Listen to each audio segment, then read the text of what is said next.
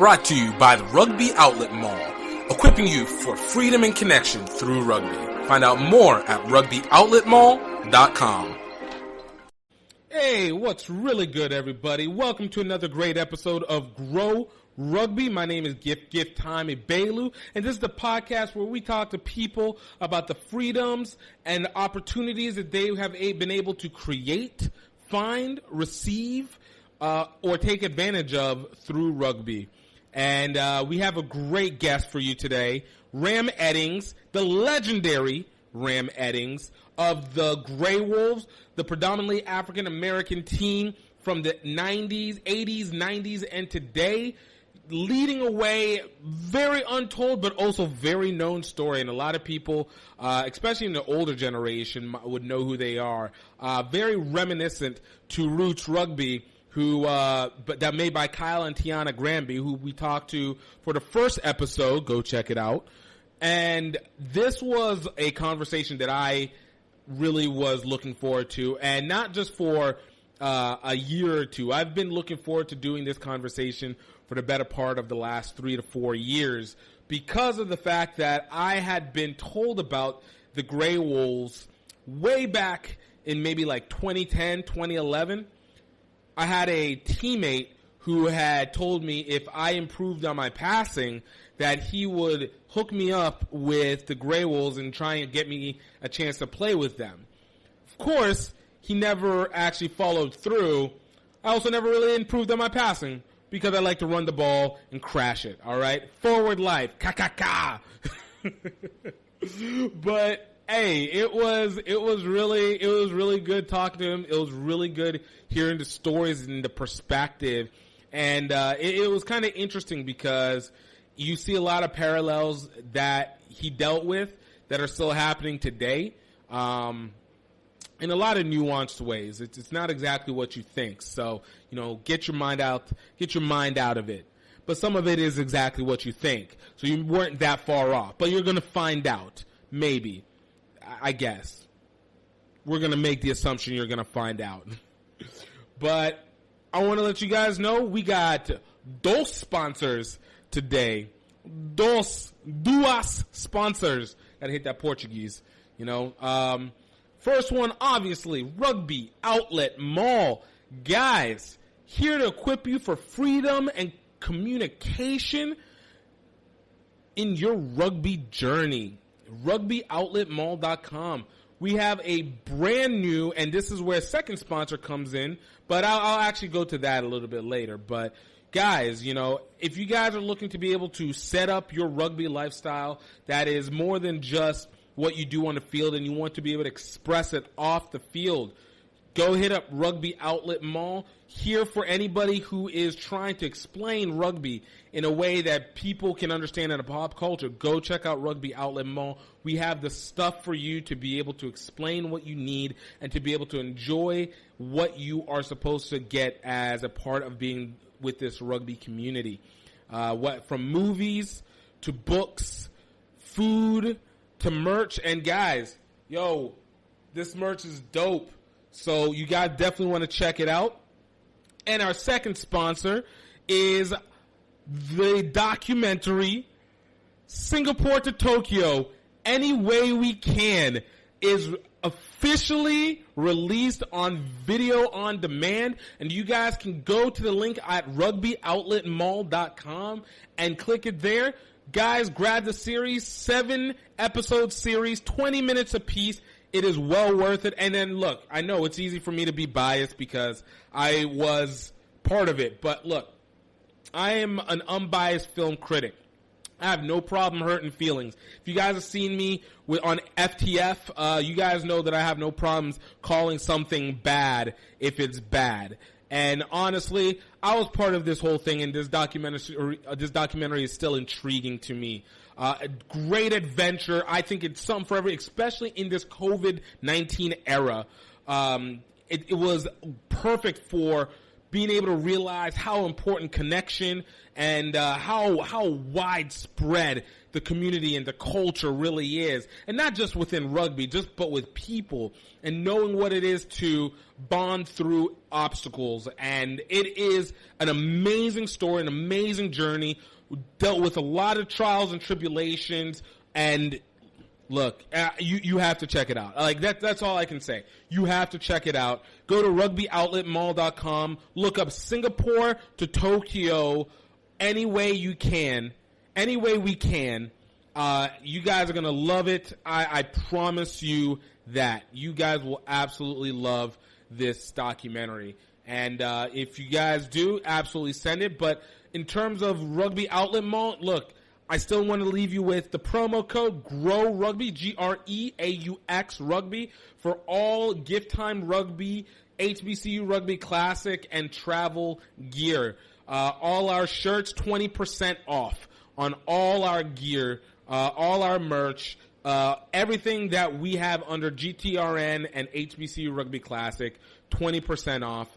And yeah, you guys are gonna love it. Tell your friends. We're setting up the community. Rugby is as much a lifestyle as it is a sport. So get ready for it. But, guys, without further ado, I don't want to hold you back anymore because I know I can ramble. Here is Ram Eddings, Grey Wolves. Check it out. Grow rugby, grow rugby, grow rugby, grow rugby, grow rugby, grow rugby.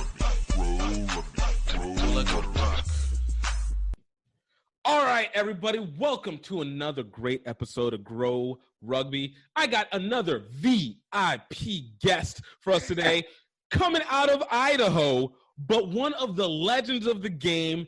I don't know if you guys realize, one of the most talked about on the low rugby teams in the Grey Wolves, the founder, the master, the legend, Mr. Ram Eddings. Mr. Ram, thank you for coming on to the show. Oh, my pleasure. Thank you for having me. You know, I have to say, the first time I ever got a chance to hear about you and the Grey Wolves was through a friend, a teammate of mine, actually, who had told me that he was going to be able to try and connect me with you guys if I learned how to pass a little better. He was like, look, there's this team, they travel, it's an all predominantly black team, but if you learn how to pass, I'll connect you with them, but I don't want you going over there unless you know actually how to offload the ball correctly.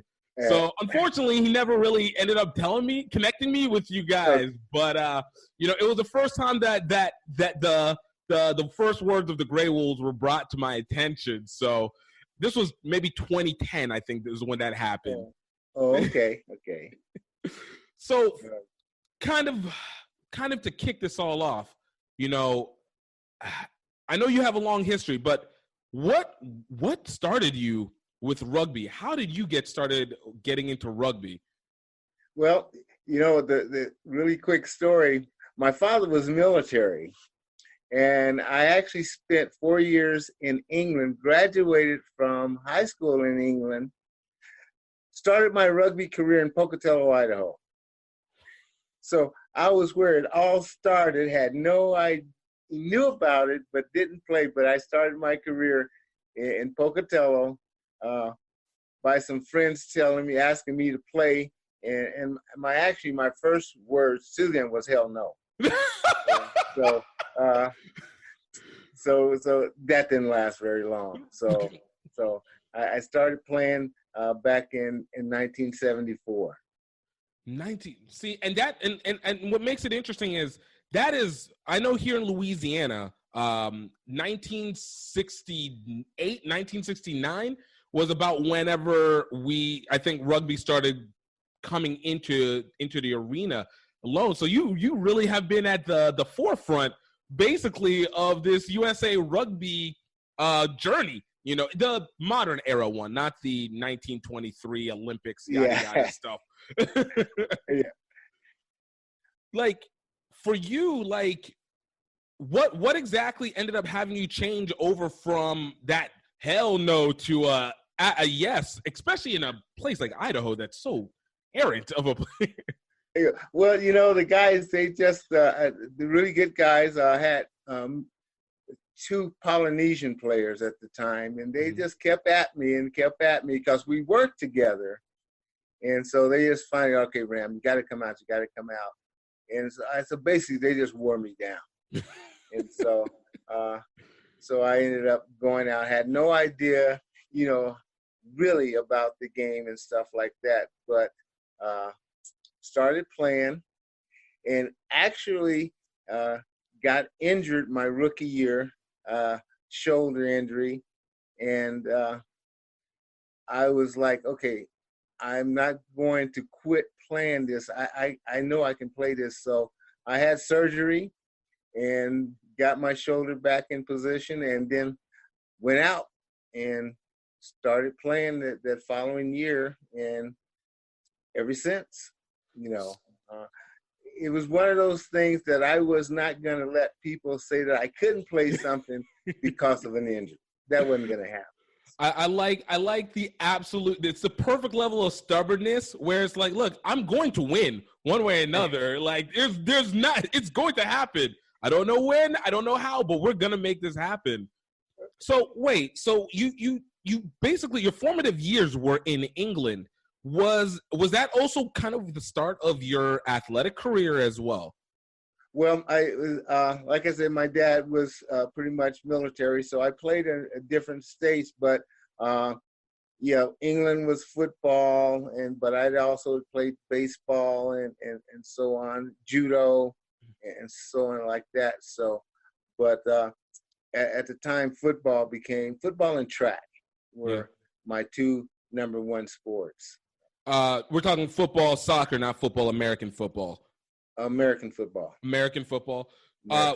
Wait, what was your track event primarily? The 100 meters. I ran the 100 meters, and I was pretty good at that until I got to college. Then I realized that I wasn't fast enough, so I switched over to the 400 meters, and so that was my race. Yes. See, for me, whenever high school, for me, I knew immediately because we had to do track for football. So it was 100, 200, and 400.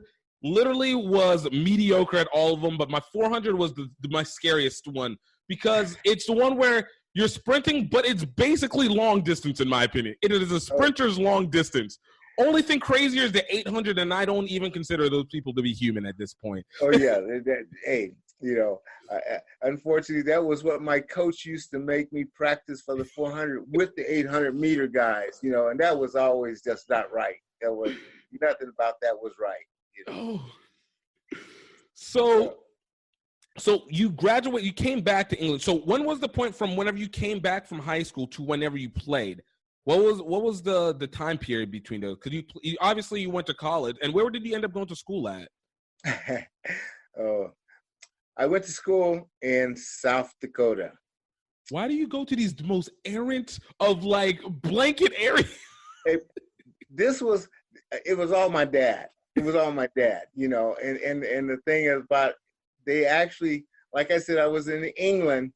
So my first trip ever away from my parents without them was from England to South Dakota. Wow. And yes. And my dad asked me for the next 4 years, why was I up there? And I was like, what do you mean, why am I here? But it was awesome. It was really awesome. I think one of the things that was great about it is that, of course, you grow up with cowboys and Indians and so on and stuff like that. But I had an opportunity to interact with Native American students. That's so dope. And that was awesome. That was awesome. I always talk about people about whenever you're traveling internationally about how it can create a completely different worldview a completely different worldview because everything becomes much broader and a lot of problems come out a lot smaller. I have to say, it feels like in that same guise, you had that with being able to go to South Dakota. Like, Right. while you were already internationally traveled, but you're talking about a group of people who, let's say, for the lack of a better word at that time, is kind of condensed into this caricature from maybe a John Wayne film or anything like that. Right. And now you're getting to interact and be like, oh, these are real people. Like, this might not be as real as, we're taking it from this game component of it. Right. It was all the stereotype things that, you watch and you see, because when we always play Cowboys, and then I always wanted to be the Cowboy. But now I had this opportunity to see the real deal. Yeah. And it was really, really pretty awesome. Man, that's awesome. So was it in South Dakota when you started playing rugby, or did you make your way back to Idaho at that point? It was back in Idaho. It Oh. was in Idaho. So you were working, the Polynesian guys were like, hey, Ram, you need to play. Clearly they were like, you were a track guy. You can help us Right. here on the field. Right. And so, and then once I started, and then it was fun, and I enjoyed it. And then you started to learn the game. I think one of the things that was really good for me for the years that I played 10 years in Idaho before I moved on, I had some great coaches. Yeah. I had a couple of South African coaches that came through there. I had an English coach that came through. And so they taught me a lot, and they helped me move my game. So that was really pretty cool. And we would travel. Anybody Yeah. went to rugby game with our team, we'd go. So that also helped out a great deal. So this is the part that kind of interests me, because we're in this point in time here, it still feels like we're in a growth, but we've advanced, obviously, within rugby. But there's always this issue of, being able to maybe find the right coaches, or, making sure that we have a system and understanding on how to teach players. In 1974, what was rugby like for then? Because there's two parts on that. It's one, the fact that you guys had so many people that were coming from other countries in Idaho, which I'll be honest with you, is not exactly the place I would have thought there would be a high diversity of internationals going through there. Maybe Cali, maybe Utah, maybe Washington, but I wouldn't have thought Idaho. But then the second part is you're talking about that base stage of rugby, of, I guess, the beginning eras of modern rugby occurring there. So what was that experience for you like, and in terms of environment to teaching? Well, the environment is, on our team, and we did have quite a few guys from different places, but on our team we had 2 blacks, and that was it. And there wasn't very many blacks, period. And whenever I go, if I saw a black player when we went somewhere to play, it was a miracle, because we just didn't see it. But I think one of the good things about it, I didn't run into any really heavy racial issues or anything. But it was always that deal that we didn't know how to play. Right. And they always, of course, my first position was on the wing, because they want to put us all on the wing. But I ended up liking that. I loved the wing position, and I played that for 10 years. But in this region, in Idaho, Montana, surprisingly, the environment was really good. It was really good. And of course, you'd run into sometimes, because I was pretty fast. So, and then of course I did certain things like wear white shoes, and that, of course. That's a no-no, because you're stepping away. Oh yeah. But then the white shoes, when I got slower, the white shoes went away too. So, but I think the biggest thing for me was the coaches, the guys that came along. They recognized the speed I had, but they also wanted me to be able to do more.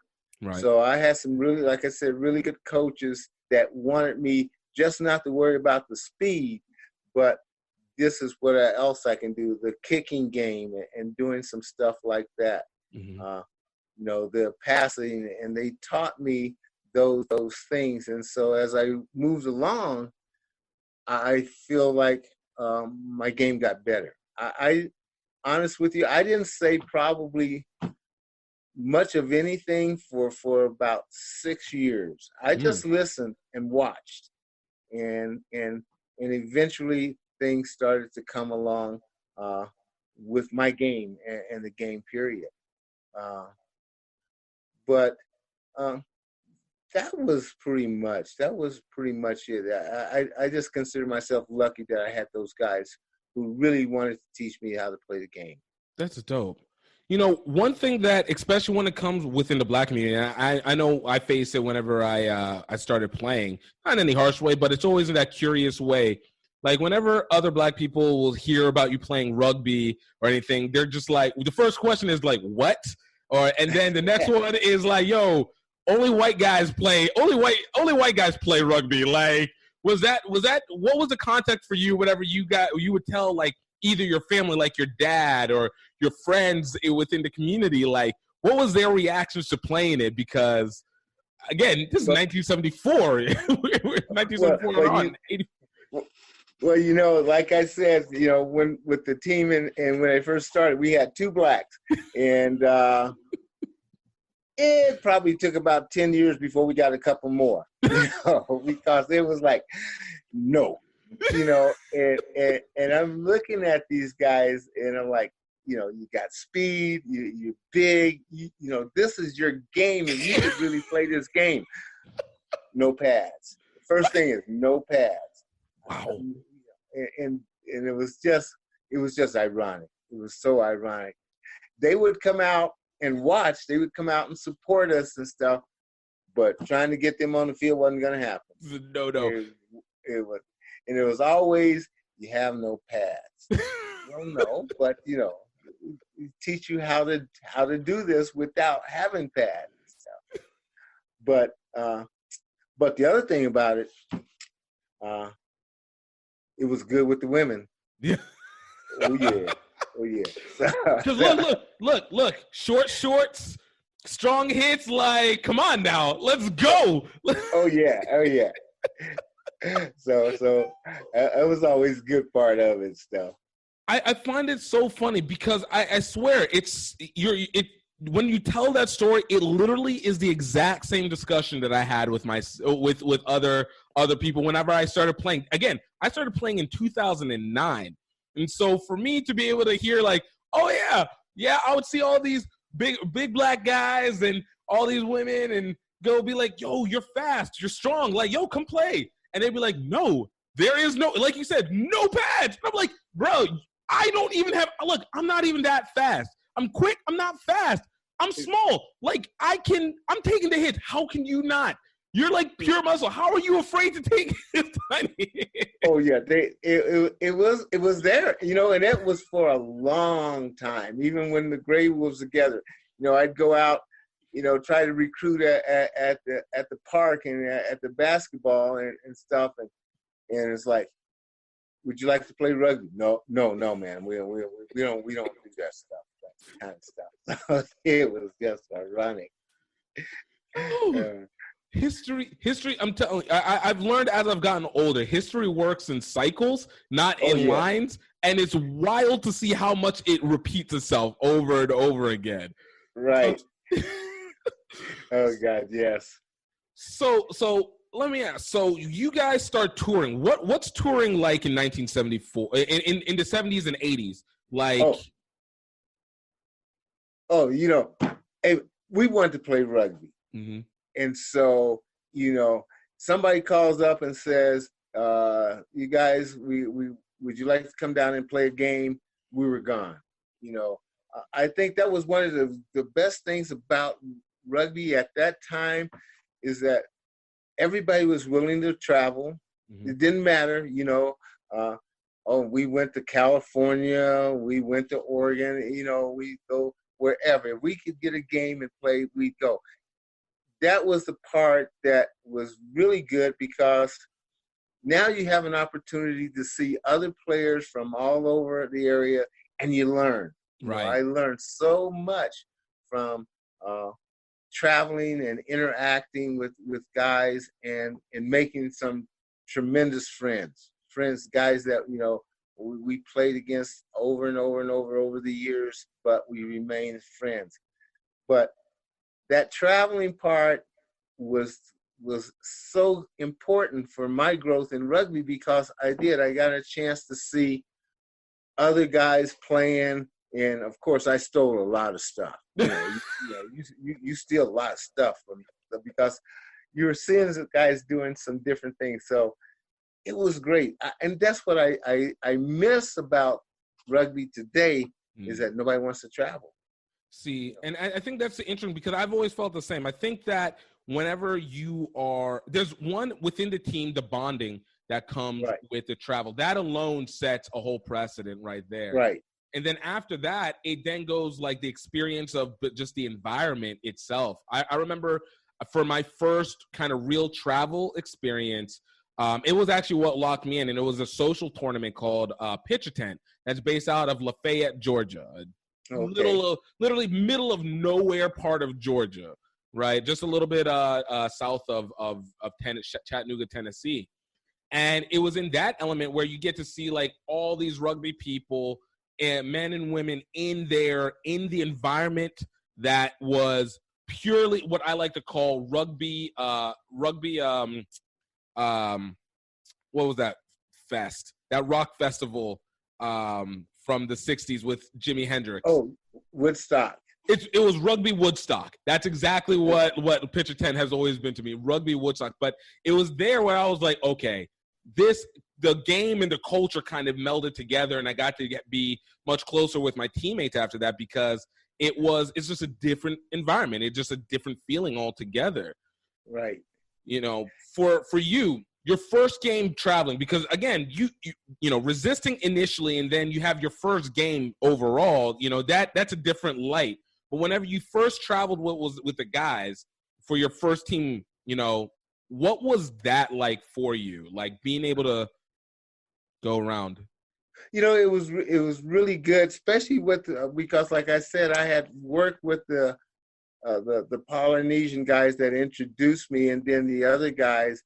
But it was really, really good. For my first time traveling with these guys, it was like, okay, I didn't know what to expect, and of course, then, back there times, after the game, there was the beer and this stuff. And so I didn't know what to expect with that. But it turned out to be good because everywhere I went, I also knew that my back was covered. Right. These guys were going to make sure that they took care of me and stuff. And so that was always good. And then again, the camaraderie and the stuff. Of course, I got dogged out. They set me up and do all kinds of things for as that rookie person traveling and so on and stuff. And I learned very, very early, do not lose the car keys. Whoever has the car keys, you make sure you keep up with them because, and so, but it was really good. And again, like I said, the places I went to, we traveled to was just learning and gaining the respect of not only my guys as we went along, but also the opponents and so on. How much of your England experience kind of helped with what's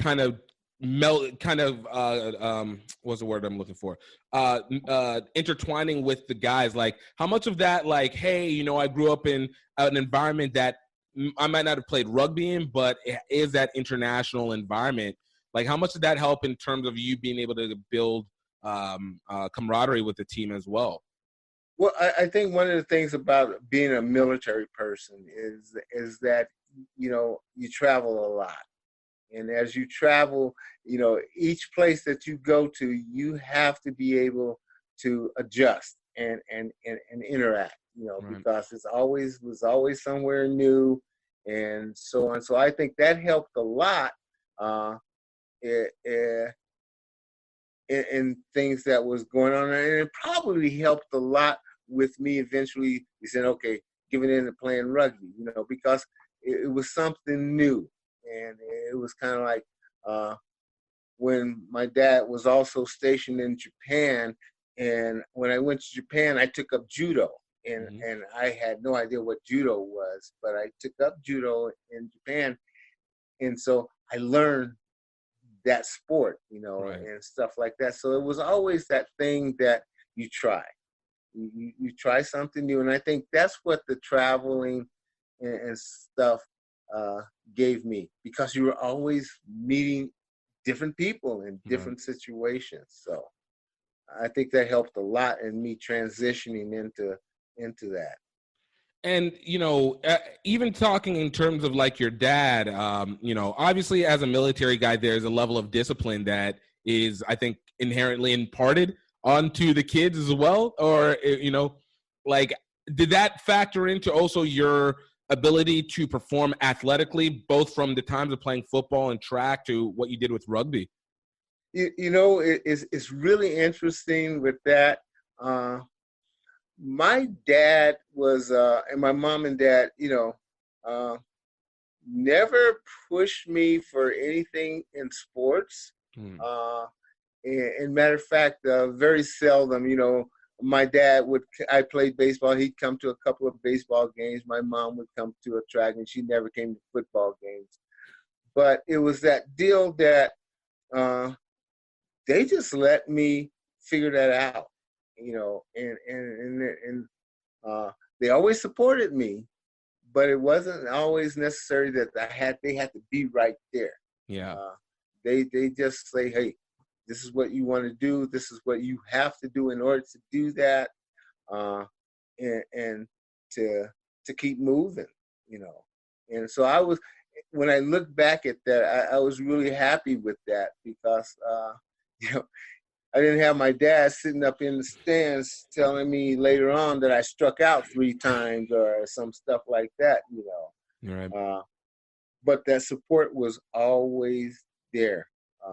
So I know that really quick. He came to one track meet in the 6th grade in Texas, and we had a pretty fast team for 6th grade. And he actually had some college coaches there that were watching everybody and stuff. And they talked to my dad, and so my dad talked to him and stuff like that. That was the last track meet he came. Oh. He never came again, and it didn't bother me. But I think he said, "Okay, I guess he has got something, some speed or some stuff that's going on, so I don't need to be there." He's gonna be all right. I think he'll be all right out there. Yeah. So now, really quick. The scariest moment in rugby in my whole life was I was playing in Texas and with the Grey Wolves, and my mom came to a game.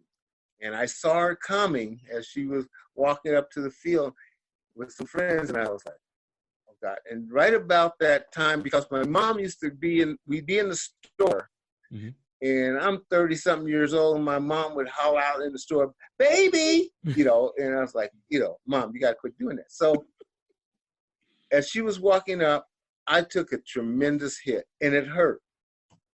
But the scariest thing was, do not let my mother come up here and say, oh, my baby, because I would be ruined, And so, and people will ask me, that's the scariest moment. I jumped up. It hurt. It really did hurt, but I got up, It's like, you will not be coming onto this field. There will be take care of my baby. Get away, get away. And being with the Grey Wolves, I'd have been ruined. I'd have been just totally ruined, No, I can understand. I know my mom had, she's only come to, I think, maybe 2 rugby games of mine. And I remember the first time my mom came, my parents came. Well, my mom came. My dad only came to one other one, but my parents came. My mom came, and she she came through, and luckily I think from playing football, she had already kind of braced herself for big hits or anything like that. But I remember sitting there and I'm like, okay, guys, all right, there's two things. One, let me just impress her enough to let her understand that this is a good game and I'm pretty all right with this. Like, I don't want to hear anything after. But the second one, please don't let anything major happen because I do not need this imprint of fear in this woman's mind right now. Yeah. It's something about, like, you want to impress. I feel like there's the levels of people you want to impress whenever you play. It's your parents first for the sake of proving that there's a reason why you're playing it. Right. And then it's your girlfriend to be like, yo, look, I am badass. Like, recognize me.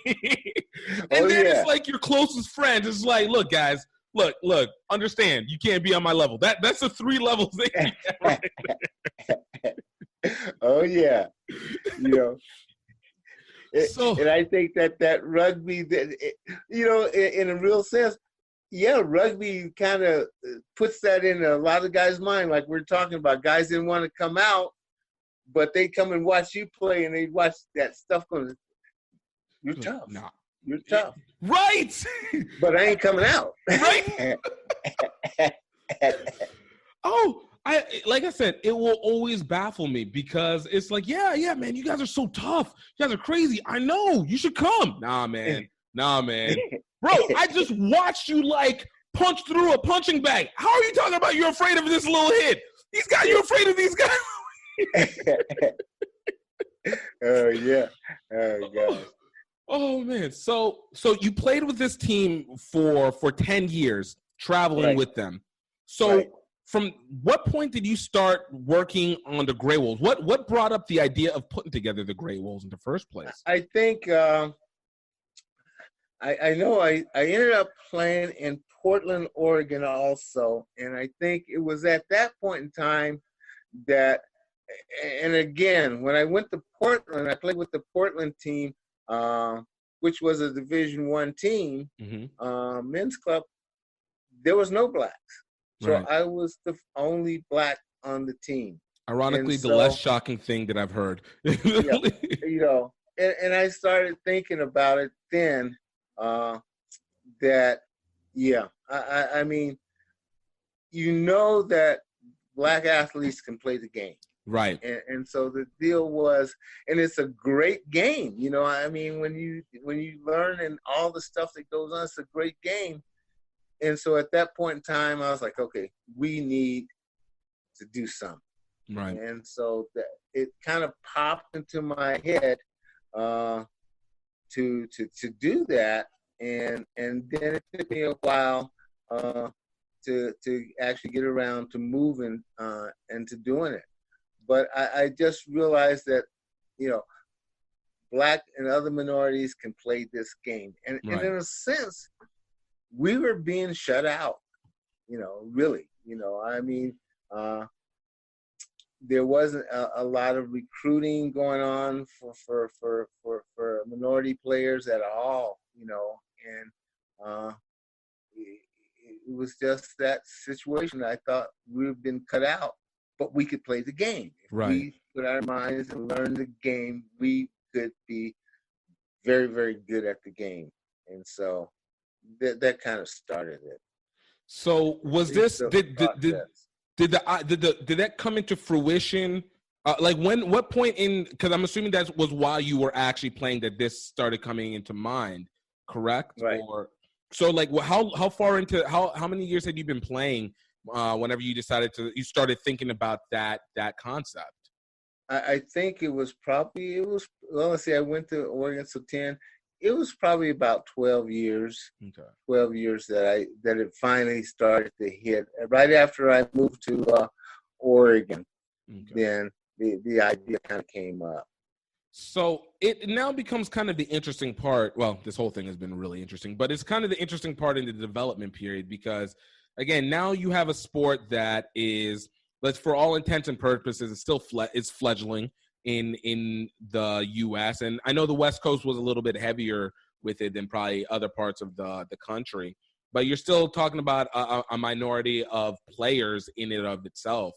And now you're looking at it and how do we recruit black players who have either never heard of this game to begin with, or they see it and they're just like, yeah, you're nuts. I'm not playing this. So how did you end up putting that together, that first tour for a team, and just even finding the people? Because it's not like you had social media to be jumping off from. Right. Right. What I basically did is that, okay, we used to have, there used to be a magazine, a rugby magazine. Right. Okay. And it was a really good tool, and it was used a lot.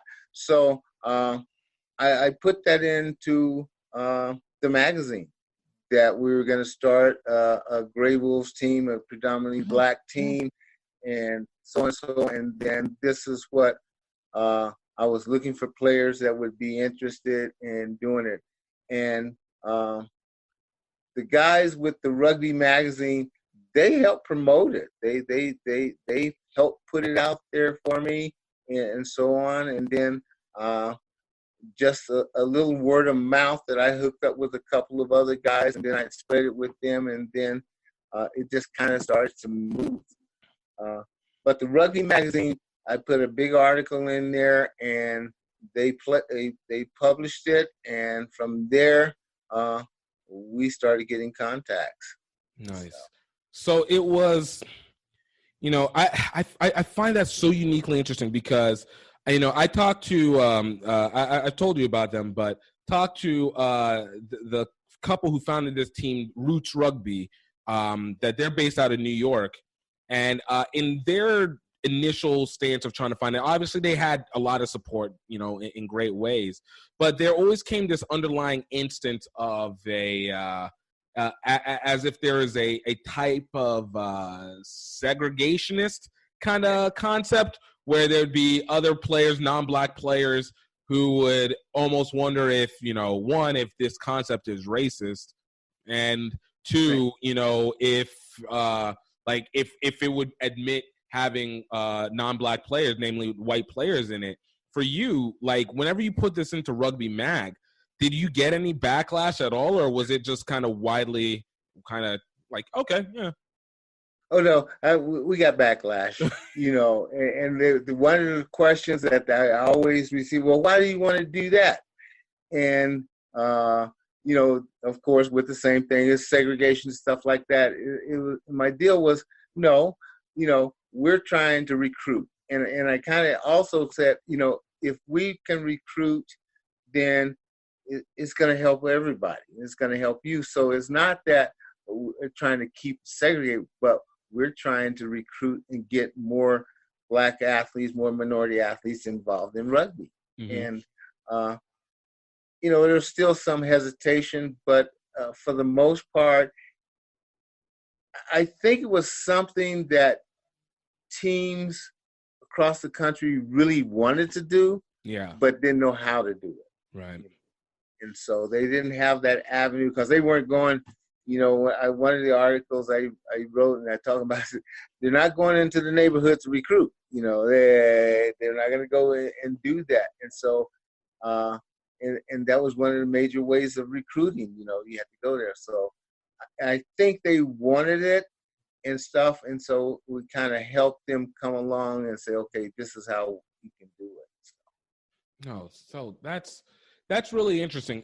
Again, like we said before, it's very interesting how life has a tendency of repeating itself a lot, because we still find a lot of a big time, a lot of this issue kind of reappearing again. I know even here in Baton Rouge, we have the cities kind of split into two sides, the affluent South and then the poor North, and typically the poor North kind of retains most of the Black American Black people. And obviously, it's not touched upon, ironically, as we have universities on both sides.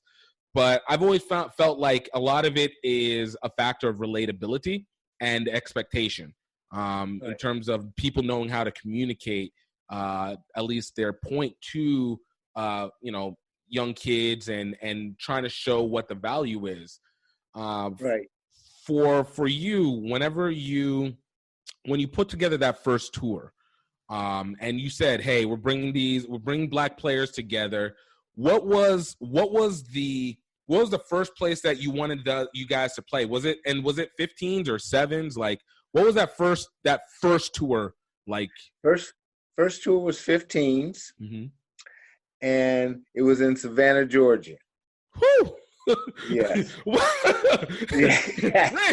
you really like going into it. Well, I was actually playing in Georgia, Mm-hmm. when and stuff, and I moved to Georgia. We was working on this stuff, and I had been working on it, but that was getting ready for that first tour in Georgia since I was there, and that's another thing. When I went to Georgia, I had reservations because I told them, I said, when I play rugby, it's going to be a legal way for white boys to jack my ass up. Right. So now y'all got legality around here. So, but it was there, and that was really interesting because the team in Georgia was a really good group of guys. But we pulled it together and played there, and I think one of the interesting things about that. So we ended up having 12 players. That's all that showed up. So we had 12 players, and it was a tournament, and we were trying to keep the black minority thing going. Right. So 3 brothers, the morning of the tournament, walking through the park, walking their dogs, and the next thing you know, they're playing rugby, getting their asses kicked. Excuse me. But they came out, they were walking, and they were just leisurely going through. We told them, okay, we need this. This is what we're trying to do. Right. And we need 3 more players, and would you guys be willing to play? And they played. And Nice. That's how we kept that going. Now, we didn't see them the next day. They didn't show up the next day, but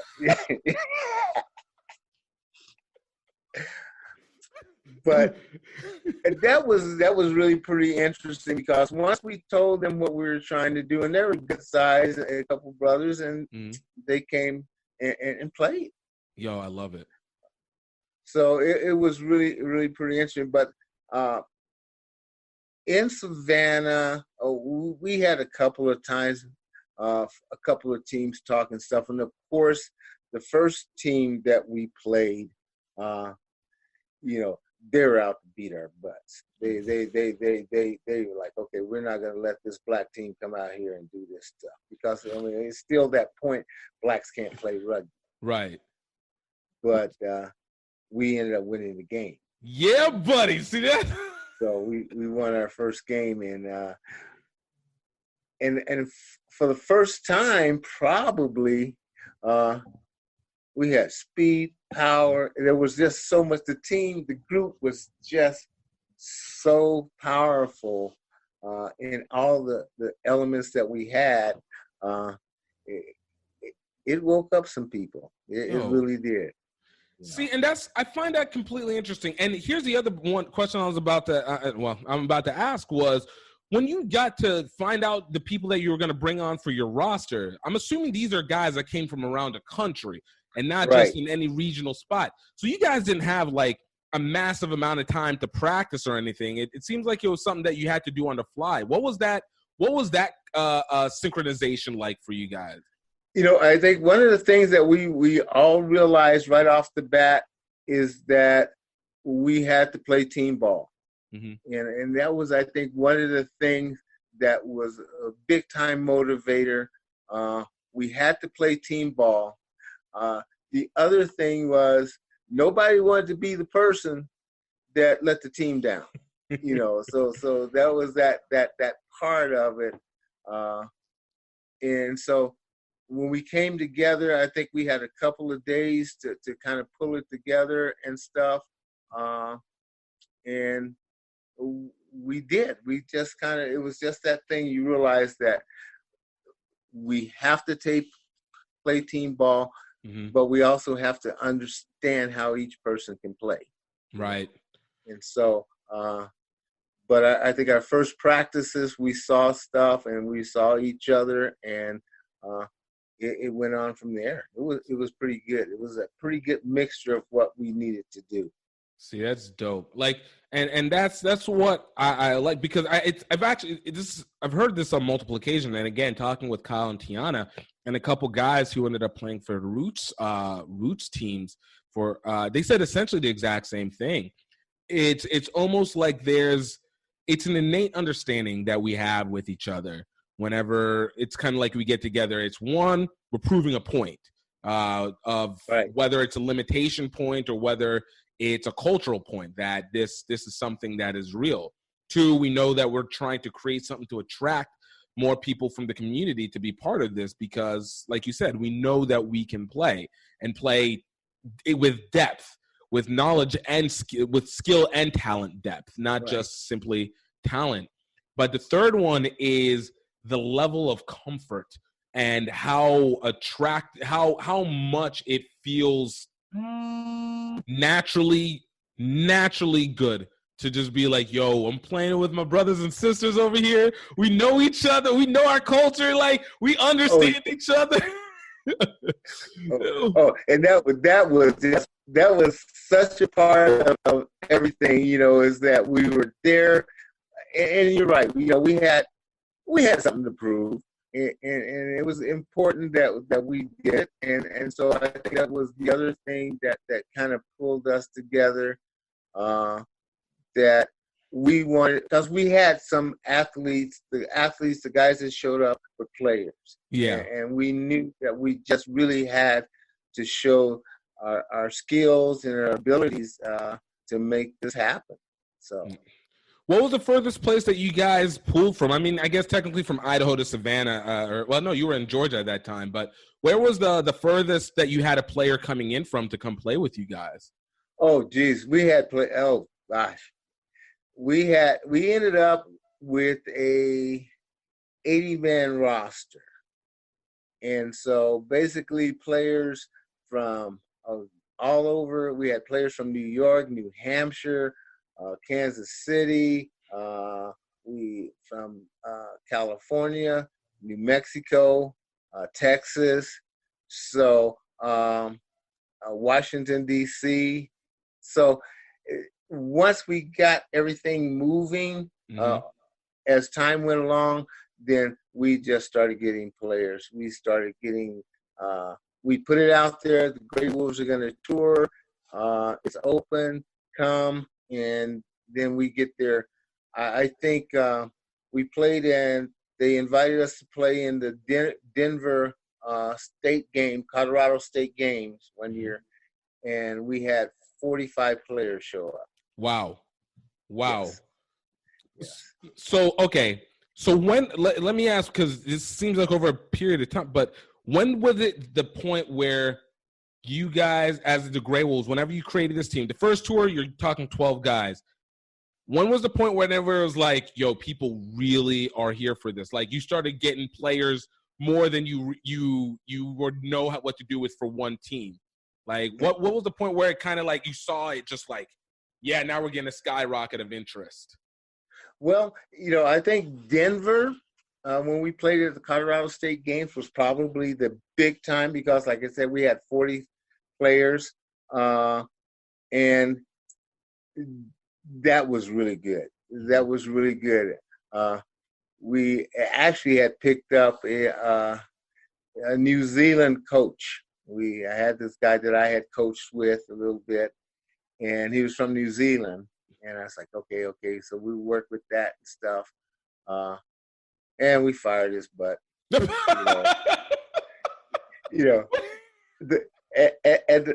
problem was, and he was in Denver, the deal was, all of a sudden he had 45, 46 Black, Hispanic, Native American rugby players with all kinds of talent and speed. I mean, our locks were 6'6" and 6'7". We had an ex-Eagle, his name was Rory Lewis, on the wing, who was faster than hell. We had all these people, and my boy didn't know what to do with them. He did not know how to coach him. That's interesting to me, because you would think, especially in a place like New Zealand, where you have that variation of speed and talent in itself between the Kiwis and Pollies and Maori and all that. But you have this guy come through and it's just like kind of shell shocked on what to do with everything. Like, was that something? Yeah. Well, it was the same. It's the same attitude. Blacks can't play. And so I think that he got that same attitude, although, because he kept asking, well, these guys are going to, so these guys can play. And he was so nervous about that, can these guys can play. Right. And so I think when we got there and they all got there and we did our first practice, I think we just blew his mind.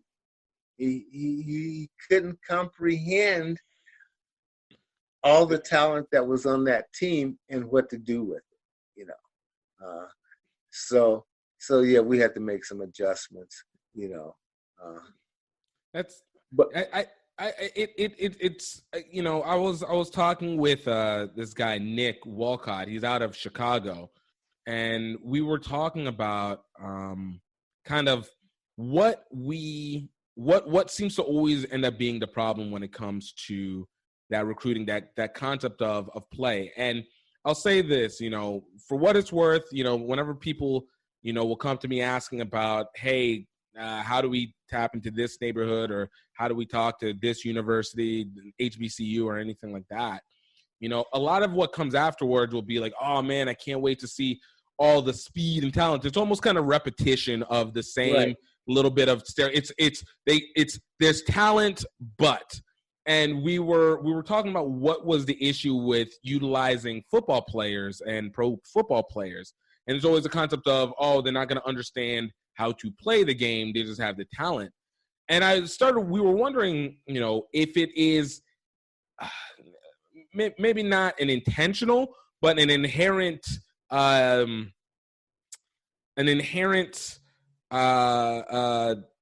distrust of what the level of understanding for skill, because the game has always seemed simple. I mean, there's complexities to it, but it's always simple. There's the, sports are still sports, but sometimes it feels like when you talk to people and you talk about them with elite athletes, it's almost like, man, this game is far too complex to be able to be taken in at a late stage or anything like that, like in their 20s or something like that.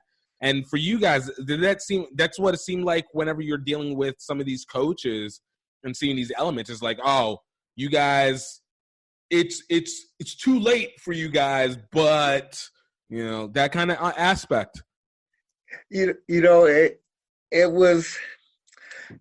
We dealt with that a lot, and I dealt with that a lot. I still deal with that a lot in situations.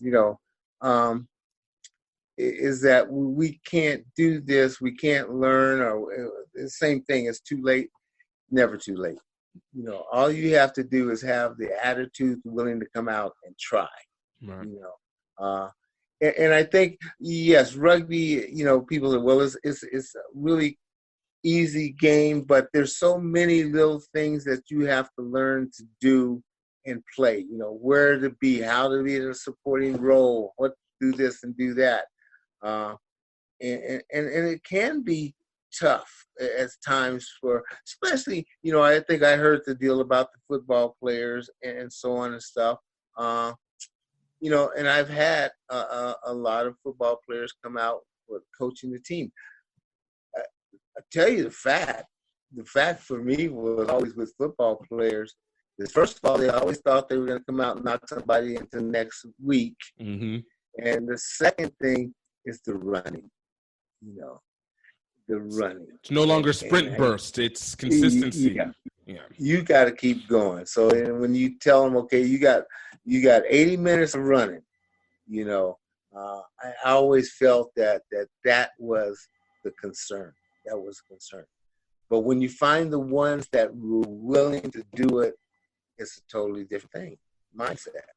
And that is the same thing I've found too. It always came down to the not the pace of the game, but the endurance of the game, and then the willingness to adjust just a tad bit from we're trying to make a play to we're trying to build a phase out. Right. You know, and I know even for me, I had that same issue. Like when I started playing, I'm coming off as a former linebacker, played mostly in high school, tried in college. I'm a running back. I'm a linebacker. I headhunt and I just put my head down and run through. And so it becomes kind of having to readjust your field of awareness to what you're looking for. But it was never to a point where it was like, I can't do this. It was just like that early stages. You're just setting yourself up. You just know what you know. You know I can hit well and I can run well. Right. I'm gonna go with the simplicity of that. Right. And that's always for me, that was the key. You know, these are the things that you do. Now let's work to improve and do better on all the areas that you can do. So, you know, you're running with the Grey Wolves now. You guys have the tours up and running. What were some of the things that you guys tried to do or hope to have been able to do when it came to now kind of recruiting new players? Like, was there any initiatives that you guys started trying to enact on to be able to actually bring in new people into the system? The first tournament, with the one in Savannah, when we got together, the first thing we had our meeting and talked and stuff, and one of the guys came up and says, we want to work with youth. And so that became one of our primary goals. We would work with youth. So we were in Savannah. They had a middle school, and we went to that middle school and did a demonstration and talked to the kids and did all this stuff. And that took off. That took us off with that. And so and that was part of the deal, is that, okay, we'll come and play in the community, because at one point we started getting teams wanted to play us. Of course, they wanted to beat us, but they wanted to play us. So we started getting invited. But the initial deal was, we are about the kids. We're going to work with the kids in the community. So if you're not going to follow up once we come in, then we're not going to come. And so that became our primary goal, is that we will come and play, but we're going to interact with the kids. So we would go in like 4 days early before the tournament and go into the high schools and the middle schools and interact and do with the kids. The other thing we did is that we talked to the teachers and so on, and we would like, okay, we have honorary captains. And so we would say, okay, we want the kid we don't want that good kid that's going to make it and he's done all this good stuff. We want that kid that's been a pain in your ass, and then all of a sudden he turns around or she turns around. Right. And is doing stuff. And so then once we got that established, and that was always went well with the teachers, and then we would have at the end, the night before we play, we'd have a banquet, and those kids would be honored at our banquet. That's dope. And that was great. That was great. And so that became the really primary part. So we went places, I think one of the things we did it in Compton, California. And we went to a lockdown school where all the kids would quarter punt it, and they had to go there, and they had cribs and they had bloods and stuff, and all these guys at the school. And we went there, talked, did our brought them out, did rugby demonstration and stuff like that. And one of the things the director says, he looked at me and he says, "You guys are awesome." Yo. And I was like, "What do you mean?" He says, "These kids don't talk to each other, but you got a blood and a crib lifting an Asian gang member in a line out situation. You know, these kids, and that was one of the highlights that we realized that it was important, and kids would respond, and I think that was one of the things that we saw, we felt, and we got positive feedback. We got a lot of feedback, and we had a lot of kids that ended up playing rugby, and so that was pretty positive. And I love hearing that, because that's one thing that I have found kind of in this rugby journey that I've been on, from playing and then being on the media side. There's one thing about rugby that has been consistent.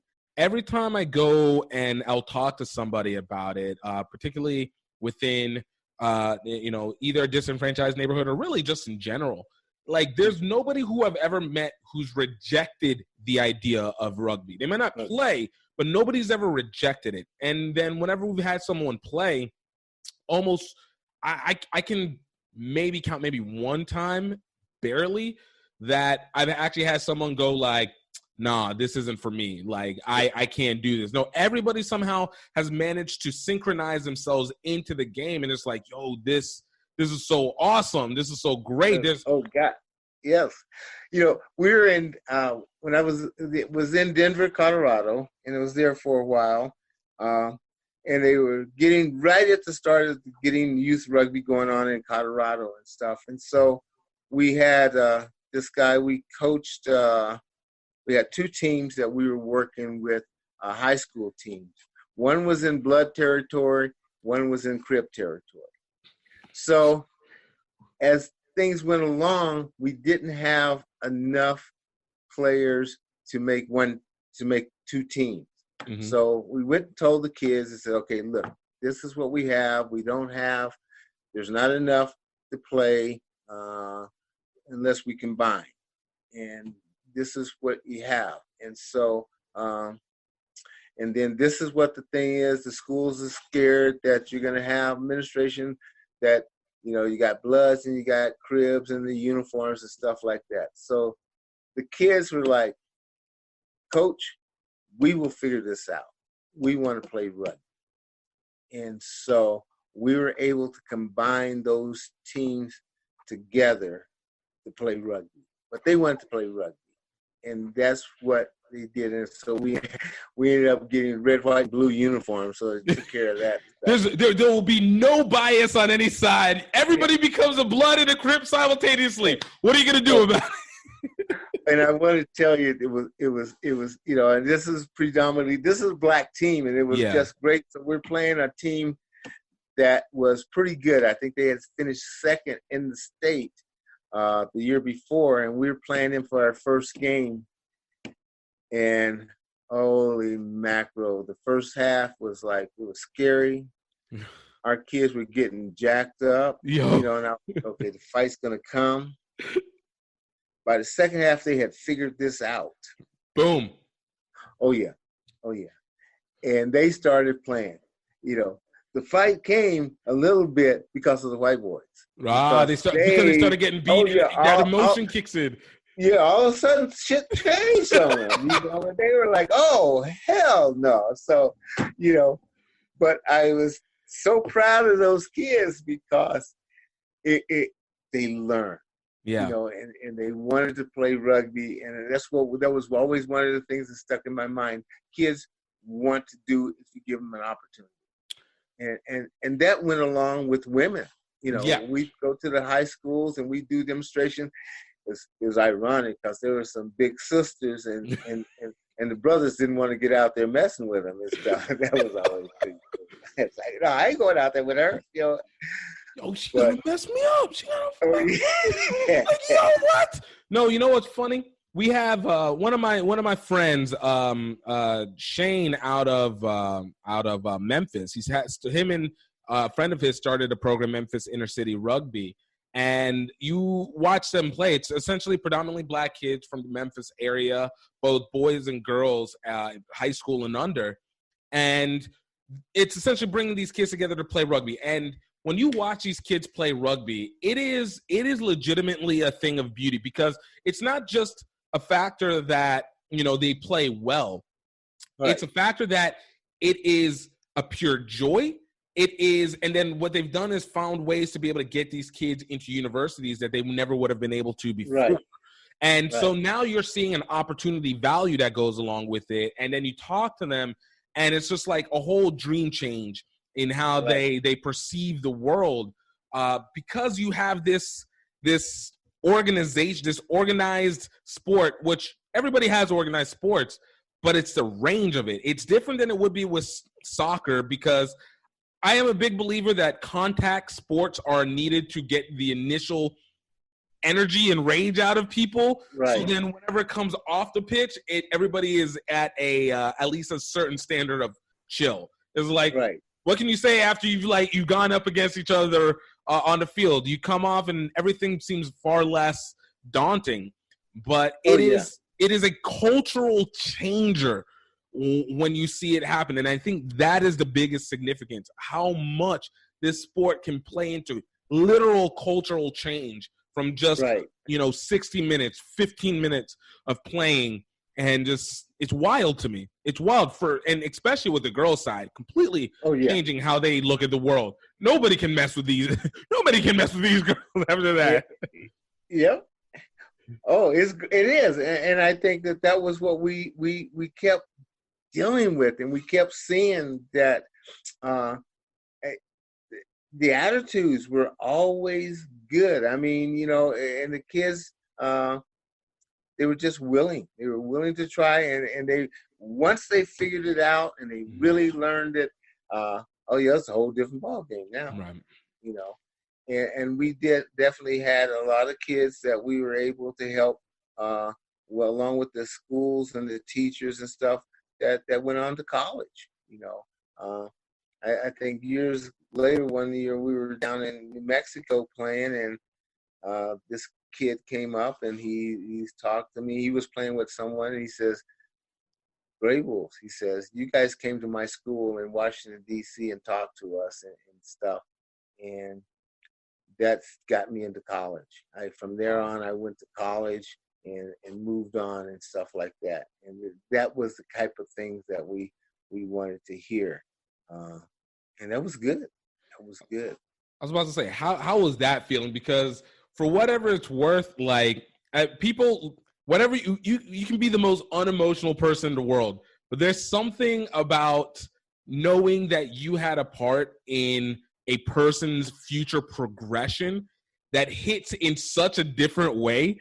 Oh yeah. It is just awesome, and we could feel it, we could feel it even after we talked to the kids, and stuff. We could feel it when they would come up and talk to us after we did the demonstration and got them involved.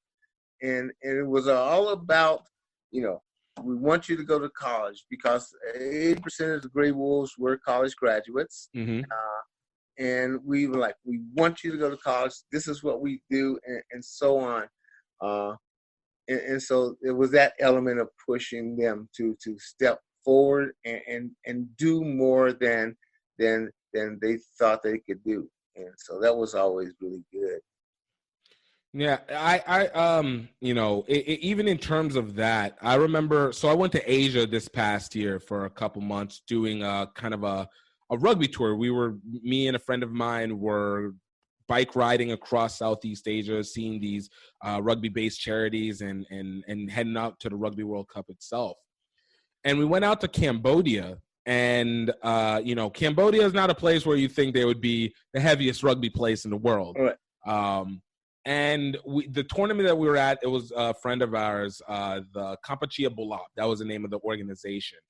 And they had a tournament, was all these girls that were there. Some girls that were from Singapore, which were predominantly white girls from Singapore.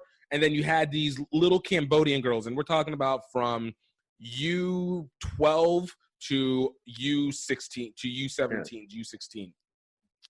Ram, when I tell you that these tiny little Cambodian girls were some of the cleanest, hardest tackling little girls I'd ever seen in my life. Like, they full up. Like, you're talking about, they have to be maybe 40, 50 pounds tiny, full wrap-up change, knocking these Singapore girls out. And you're like looking, you're like, yo, what is happening right now? And of course, as they got older, the weight differences started to play it to the favor. But the thing that really stuck out from that was when you talk to the girls, it changed their trajectory of what they were looking at with their life, changed from it being, we're going to end up being just a wife or, you know, cook or, you know, something that was in the narrow view of what is expected of them traditionally. To, yo, these women were like, yo, we're about to go travel the world. Yo, I want to be a baker. Yo, look, I'm about to be an accountant. I'm like, yo, you're 13 years old. Like, how are you over here? But it again, it goes back. It's the culture changer. And then to know that you have that impact or that effect, and you can see it in live. It's not like a movie. It's not something that you're seeing it in real time. It's wild. It's wild how tremendous that can actually be. Right. You know. So you guys have been doing this with the Grey Wolves. So at what point was it like, what's the word I want to say? It feels like there a downturn started happening. Maybe like you guys maybe weren't playing as often, or you weren't traveling as much, or what changed? I think that was pretty much it. All of a sudden, we start to reach a time frame that we would set up tournaments, and we set up stuff, and of course we sent out all the information. Okay, guys, you know, this is where we're gonna go. You know, everybody did not have to make every tournament, but you know, you had to let us know that you're gonna come, and so. I think after a while, probably we would set up stuff, and then I would get that dread call the week before the tournament. Well, Ram, you know, and it was like, okay, guys, you can't do this because we set all this stuff up, you know, ahead of time, you know, and you have all this time. You have.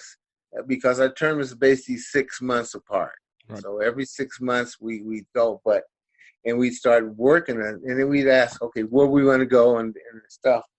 And so it started getting to the point that we weren't recruiting as many. It wasn't getting there as much as we needed guys to keep doing, because at the early stage, everybody was recruiting. Right. All the guys, the team, they were recruiting. Got to come play. And then it started kind of to drop off a little bit. And then a couple of times we started running into situations where we just didn't have the group that we needed. And the thing was, we were playing top of the line teams. Right. You know, we weren't, you know, I mean, we would go and play, but we also wanted to play the top of the team. You want to challenge yourself, of course. You want to see what the mark of this, essentially an all-star select team, can do. Right. So when that started falling off, then that kind of hurt the overall performance of what we were doing, and so on. And so it just finally started. I started getting pretty frustrated because I could not get that commitment, that positive commitment, and so on and stuff. And so, and that became a drag. That became a drag. About what year did you start to see that downturn start to occur? Oh, now you're asking. Jesus. Yo, I challenge. Under the scope. Man. Hey man, you do realize I'm old, you know. Hey, you know, I'm trying to go back and stuff. Matter of fact, I had to pull out the book, one of the books I had to find out what was going on and stuff. God, probably. Oh God, I can't. Early 2000s, late 90s. Probably early 2000. Okay. Yeah, I think it was early 2000 that things kind of started to drop a little bit. Because up until that point in time, it might have been even a little later that we were able to do it. But yeah, I think we were there not quite 10 years, but it was pretty close to what we were doing. So kind of in that time that you guys have been playing, you know, you're talking. It sounds there's also like this adjustment in the play of rugby. So from 1974 to let's say 2005, 2008, something like that.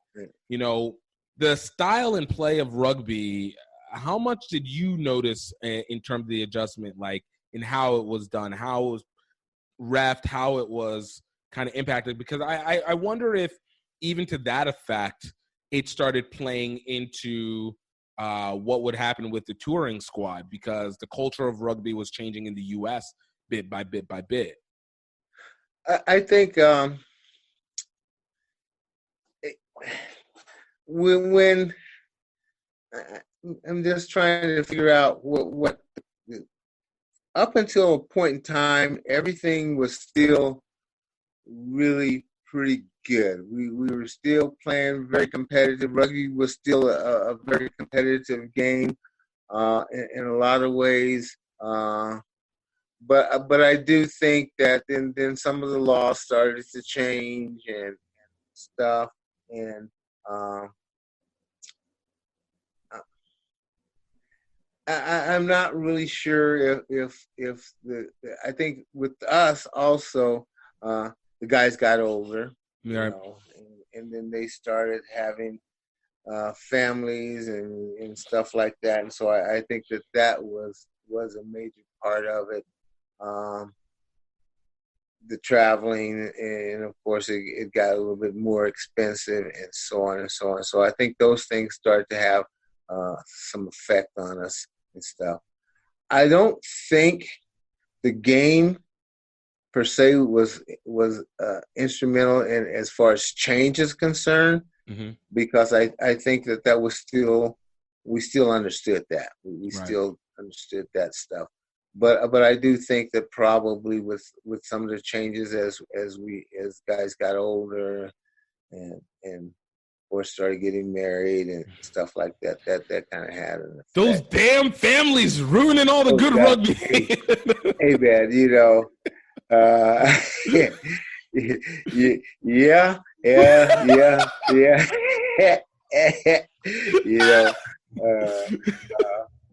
you know, and for a long while it was all good because, you know, it was just the way it was going and everybody was doing it. But I also, and probably, you know, like I said, everybody started slowing down and stuff like that. Right. And then it got expensive because then I ended up covering more stuff than I really could afford to do and stuff like that. But the game, as far as the style of play and the game itself, I think we were so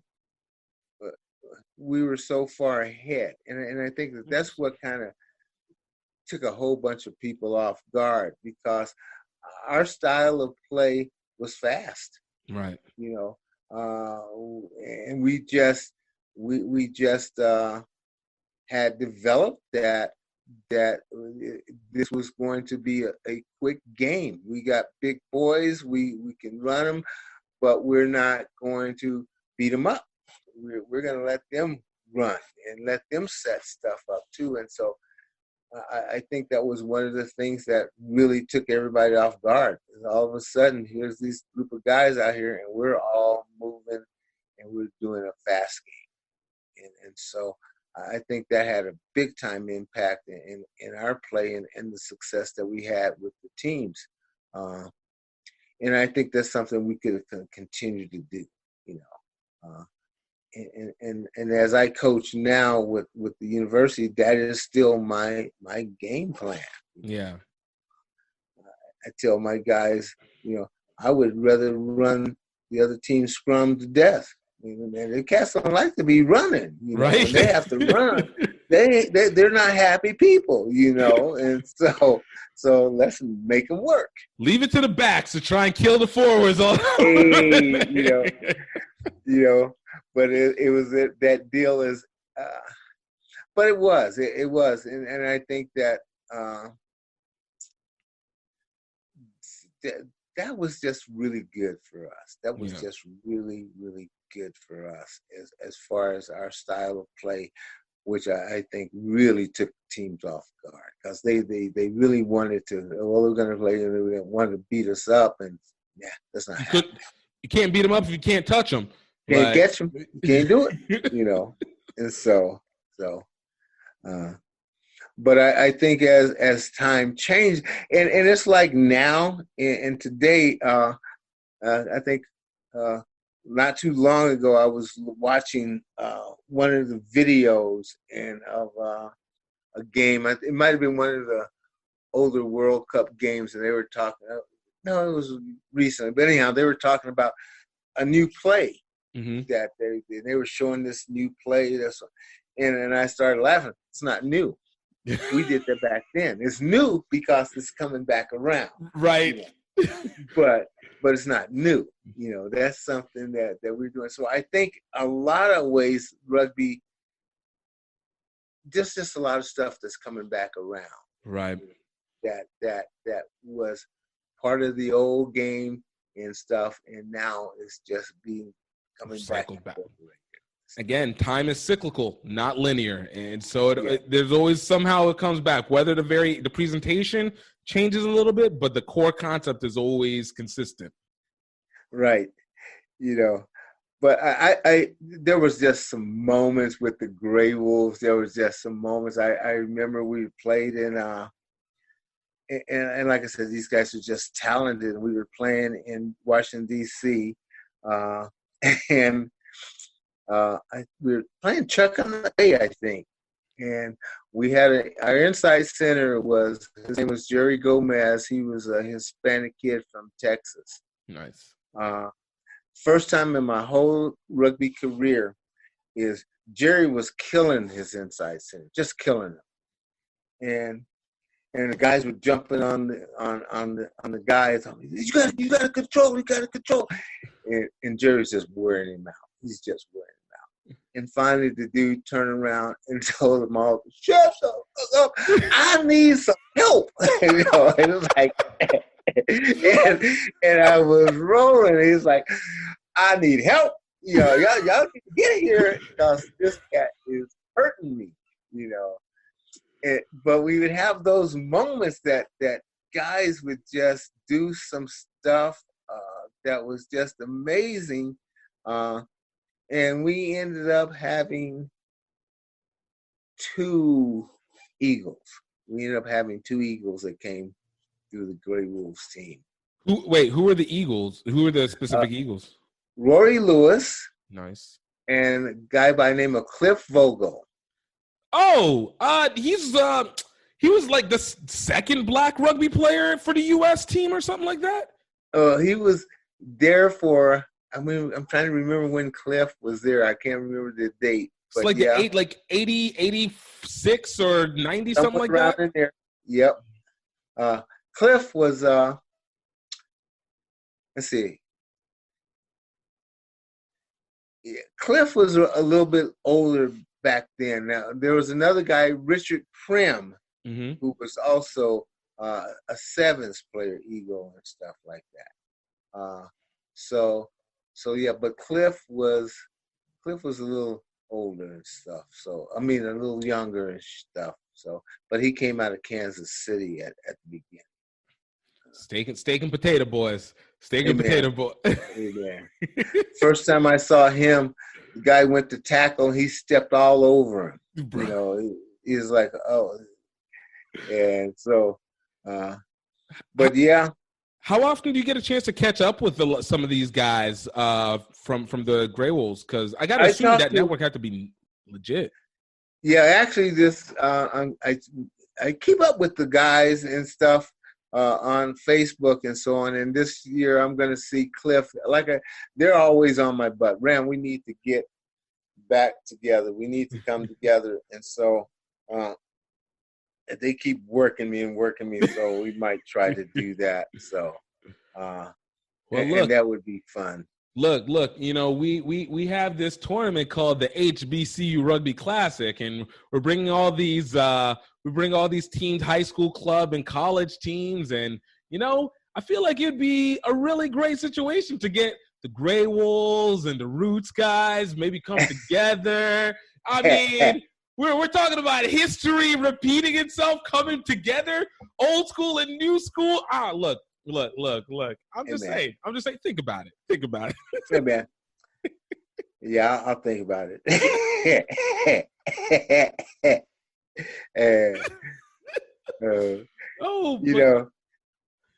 Go ahead. Oh no! Finish what you were about to say. No, but but they're constantly on me and stuff, and so on.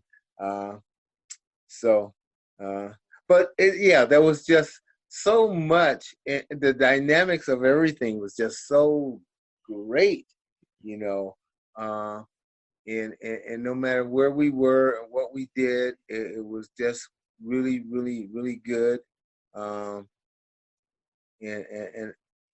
the guys stuck together. I think out of all the times, we had one person that had an attitude because of play, and we tried to get everybody playing time, and everybody's had. We had one person that had a bad attitude, and the team took care of that. I didn't have to deal with it.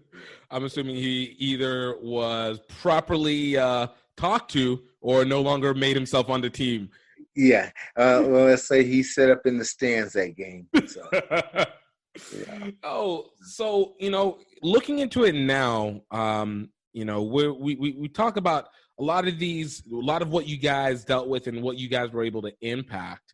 Looking at it now, you've been a coach. You were at University of Idaho as a coach, right? Or Idaho State. Idaho State. And as a recruiter, being able to see these kids coming in, are you seeing things that you feel have changed for the positive, or maybe a better question to ask here, what are some of the holes that you're seeing now that you feel that that need to be filled or need to be handled at this point?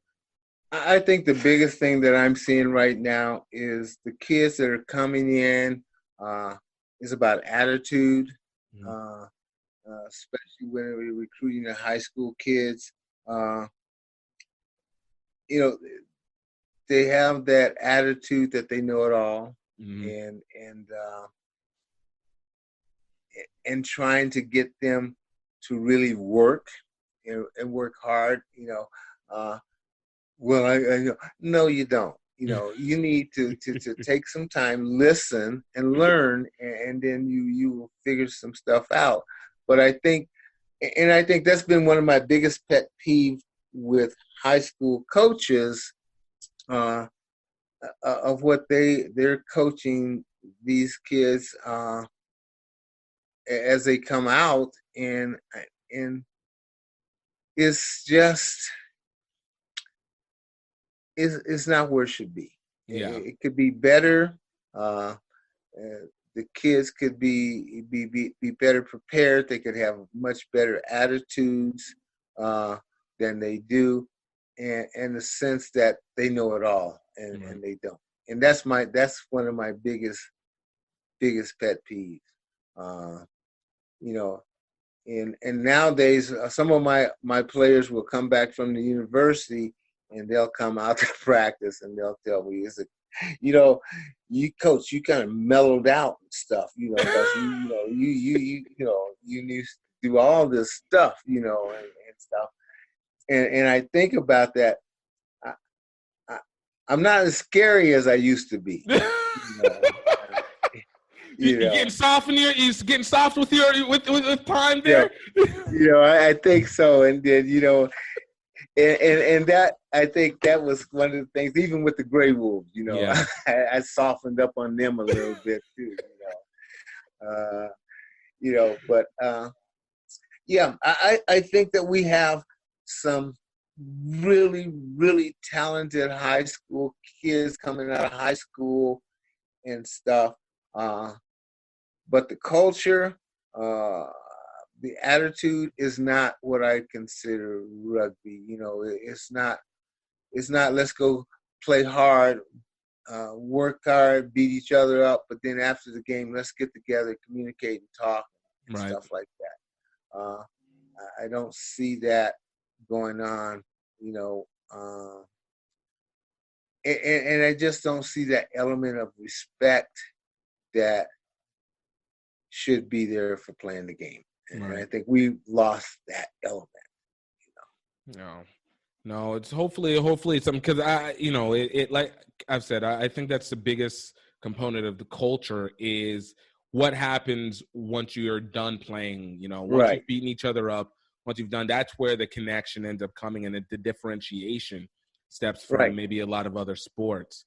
So, like, I know as we move towards this commercial element, which I love the commercial element. I feel like this is something that's needed to be done, but it doesn't need to be done at the cost of maybe that deep tie that still holds you to, hey, let's grab a drink, maybe not always a beer anymore, but let's grab a drink together. Let's break bread together after the game and be able to utilize it, because if you take that away, I don't know if it really stands the same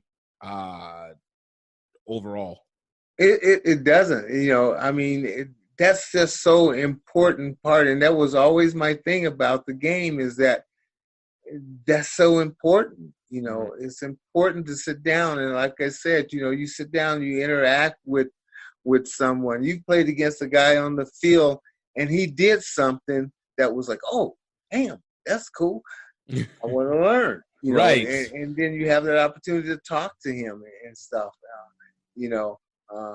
I had an English kid that kicked my butt with some kicks one game, and I couldn't get him, and he just did all this stuff on me. Well, that night after a few beers, we're in the parking lot. He's teaching me how to do this. That's so awesome. Like, you gonna teach me this mess? I don't care. But when you try to tell kids, and I try to get my guys, watch people play, watch what they do. They want to do it. Yeah, I think that's going to end up coming back to what happens with the travel component. And I'm hoping after all this coronavirus crisis subsides a bit, and we're able to start moving. I think that part is the traveling, whether no longer maybe just domestically, but for having people be able to travel a little bit more internationally and maybe get a flip of the culture, because I think sometimes maybe these kids can be a little bit homogenous just because the internet keeps everybody so connected at a certain point that you need to have something that is ultimately shocking and to say, okay, let me reel it back. Oh, this is what this is supposed to mean. This is the humility, but at the same time, the confidence that I'm able to take from it, and that's why I play the game, as opposed to just, hey, we play, trying to get a college scholarship, trying to go into pros, maybe make the international, and it kind of puts a blinder on the totality of what the sport offers. And definitely coming to college, because college rugby is it and stuff. But it's like, okay, guys, but again, sometimes I think we lose high kids when they come to college, because it's not going to be the same level as it was when you're in high school. I mean, it's going to go up, and you have to expect that it's going to go up and stuff. And so I mean, sometimes that's pretty interesting. I mean, it's part of it. Like, you have to. You need to understand there's still a filtration, but there's still a part. And that's why one thing I'll say, and then, start to wrap this up. But one thing I've always been a believer on, especially when it comes to tapping into the Black community and being able to use rugby, that rugby is a sport that if you're going into the Black community, it needs to be more than just about athletics. It is about the totality of the sport. Putting in an administrative position, a referee position, exec positions, understanding logistics, like understand that there's so many pieces that are here, which is ironic for a sport that is as old as rugby, but it feels very young in terms of sports marketing, sports business development. Right. But if you're going to go and bring these kids in, bring them in with an intent to create a roundedness and say that, hey, even if you're not doing something athletically, hey, there's this other component. Let's get you into these possible GM positions, and the beauty with rugby, and you know this, create a team, create a touring team. Maybe you can create the GM on that, and you can be able to provide that and understand the branding. And now that the marketing plays into it and all, it's a much wider field that can go, and it doesn't have to limit itself like some of these other sports that are now more prominent, like football and basketball. They seem to limit people in. I think that was one of the things, and we tried. I mean, I know that we tried. You know, just a little break financially would have just been tremendous for us, because the guys were doing such good stuff. They were just doing such good stuff, but we also just couldn't get that financial. No one to really sit and sponsor it or anything. And that's look, I could have literally a whole other hour conversation with you when it comes to like sports marketing and just how to be able to do that. But I want to save that for another time, because I want to be able to have you back, you know. But kind of to wind this down for you, you know, one, I read somewhere that you recently retired from your position at Idaho State. Right. Congratulations thank on you. making these markers. But for you, you know, with all the knowledge that you know with rugby and what you've been doing between coaching and just being an observer, you know, what do you feel is next for you within the sport, and subsequently, what do you think is next for rugby?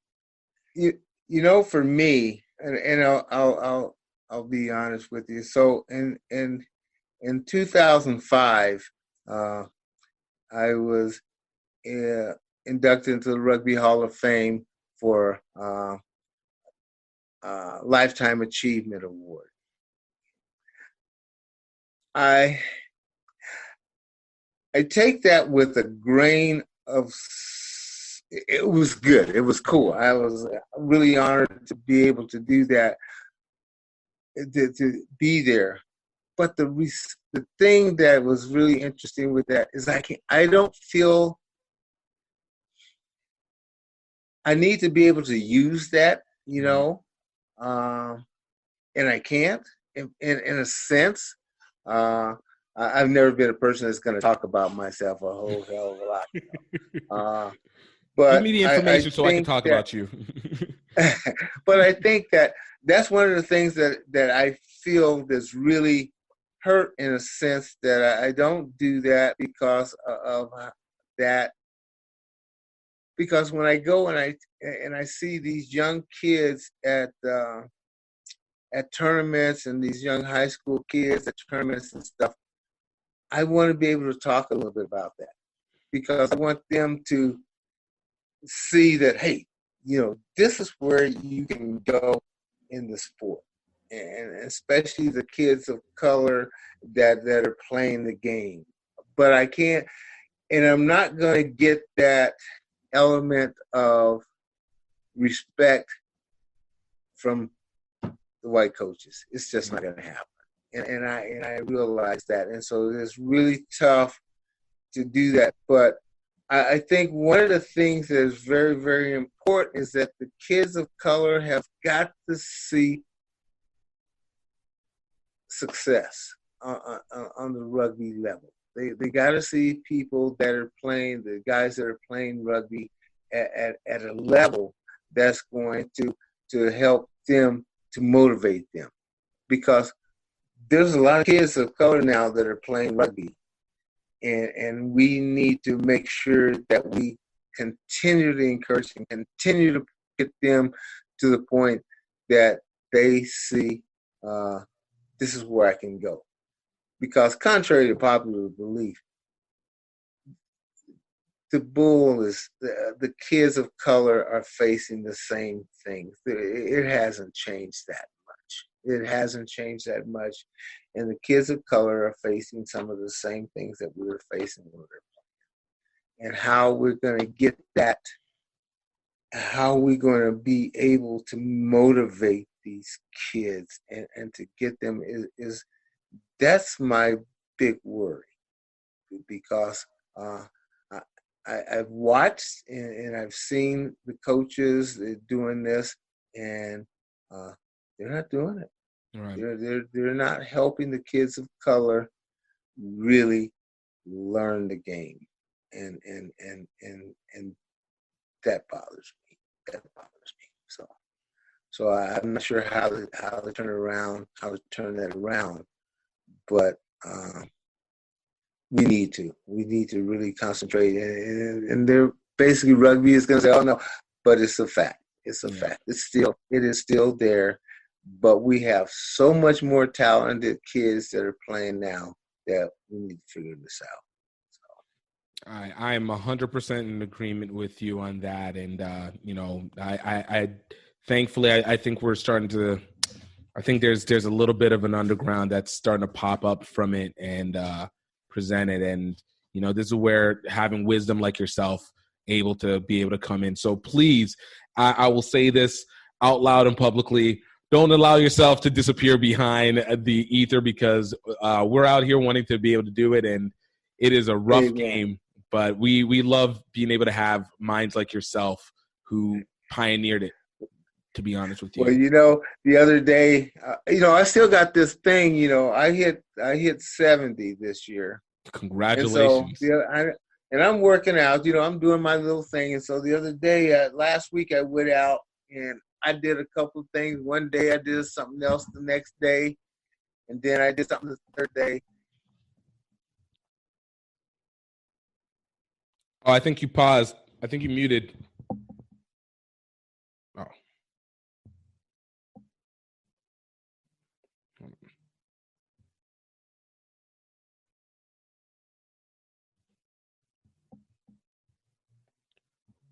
Hold on.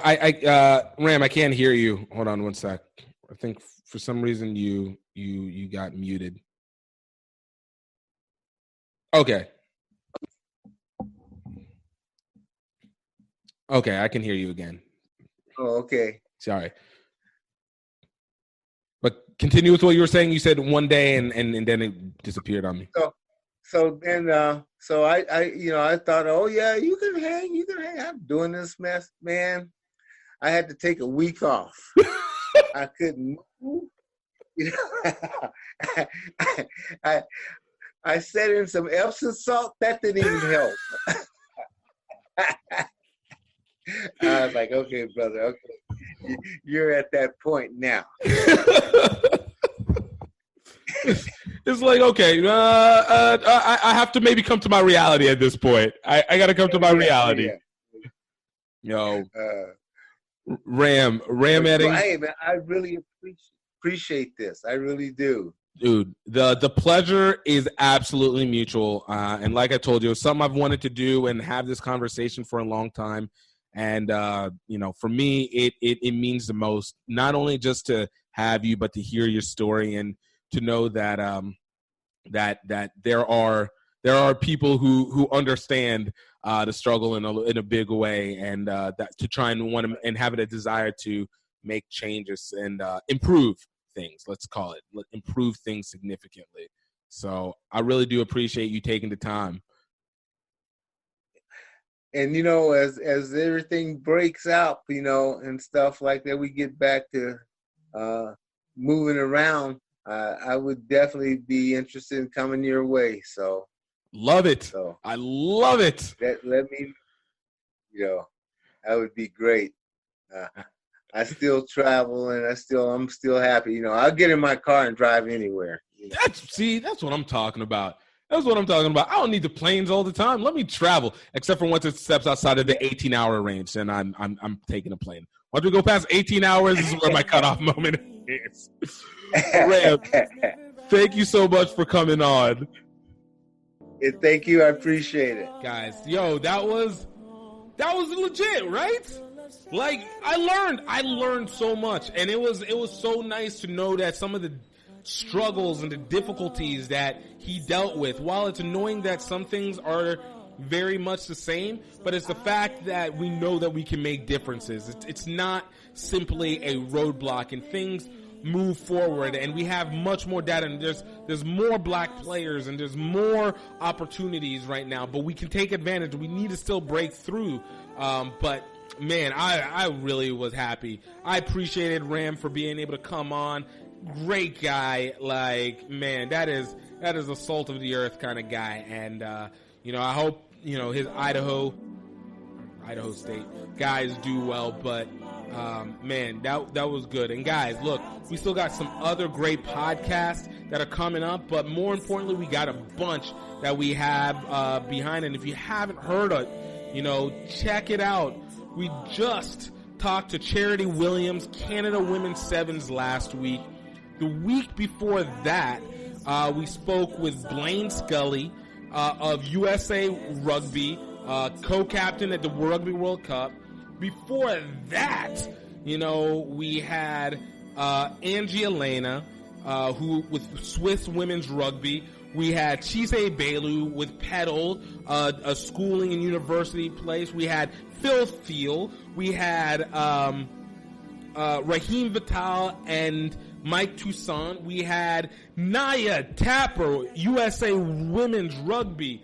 We had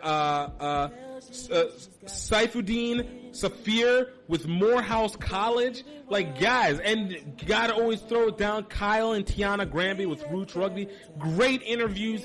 Definitely go check them out. You guys are gonna love them. And please, of course, if you guys feel like this is some good content, pass it on to your friends. Let them know. Let them get the information, because we want to make sure that we're providing the information that creates a better global connection with the rugby community here and abroad, as well as being able to give you the freedom to be able to use these opportunities to be able to expand and enhance your own life. Like, we want to do great things with this for more than just a little bit of talk. This isn't just sports talk. We're talking life talk.